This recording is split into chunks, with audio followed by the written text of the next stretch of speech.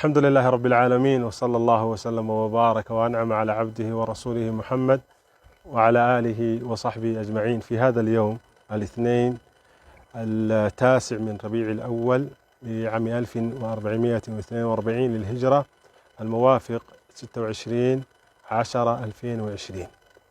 عندي هذه الوثيقة في مدينة عيرقابو شرقي أرض الصومال. هذه الوثيقة وثيقة فريدة جدا، وهي عبارة عن إيصال لتبرعات تم تقديمها إلى دول الخليج، وتحديدا إلى دولة الإمارات العربية المتحدة. هذا الإيصال عبارة عن مواطن اسمه محمود حسن دفع 20 جنيه، أي 20 جنيه بالعملة الصومالية.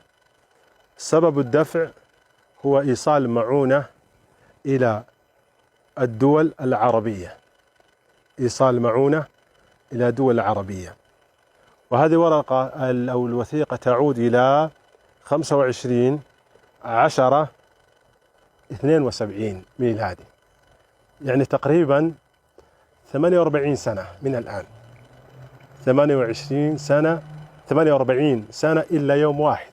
نحن اليوم 26/10/2020 والوثيقة 25/10/1972 ميلادي. وهذه الوثيقة هي عبارة عن إعانات كانت تقدم من الشعب الصومالي إلى إخوانه في جزيرة العرب، خاصة دولة الإمارات العربية. المواطن الذي دفع هذا المبلغ واسمه محمود، هذا ولده برالي، هذا ولده برالي محمود حسن.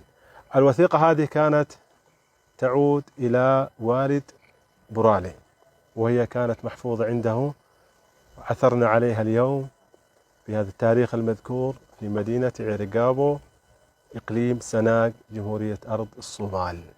وتلك الأيام نداولها بين الناس، فبذلك فليعتبر المعتبرون. والله تعالى أعلم، وصلى الله وسلم وبارك على عبده ورسوله محمد.